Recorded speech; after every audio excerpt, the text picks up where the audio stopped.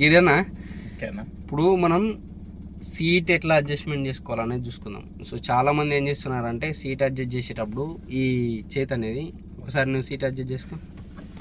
So ఇట్లా ఇప్పుడు ఇట్లా పెడుతున్నావా, ఇట్లా కాకుండా అందరు రెండు కాళ్ళ మధ్యలోకించి చెయ్యి ఇట్లా పెట్టి తీస్తున్నారు. ఇట్లా ఇట్లా అట్లా ఆ రెండు కాళ్ళ మధ్యలోకించి చేతి పెట్టి తీస్తున్నారు. ఇట్లా పెట్టి లెంకుతున్నారు.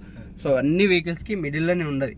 సో అట్లా పెట్టడం వల్ల ఏమైతే అంటే ఒకసారి చేతి పెట్టడం రెండు కాళ్ళ మధ్యలో నుంచి అట్లా పెట్టడం వల్ల కింద రాడ్ లేపినప్పుడు ఇగో ఇక్కడ స్టీరింగ్ తగులుతుంది. తగులుతుందా? ఈ స్టీరింగ్ తగలడం వల్ల స్ట్రేట్ ముందుకు అనుకోనికి రాదు, వెనకకైతే అనుకోనికి వస్తుంది కానీ ముందుకు అనుకోనికి రాదు.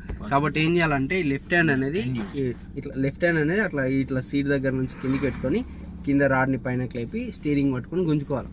అర్థమైందా?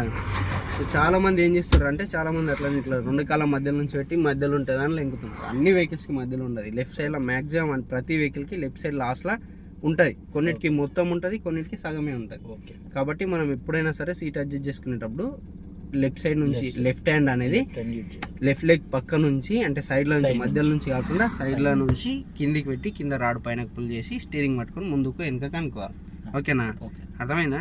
సో చాలా మంది ఇదే చేస్తున్నారు. సో చేయకుండా చూసుకో నెక్స్ట్ టైం. ఓకే.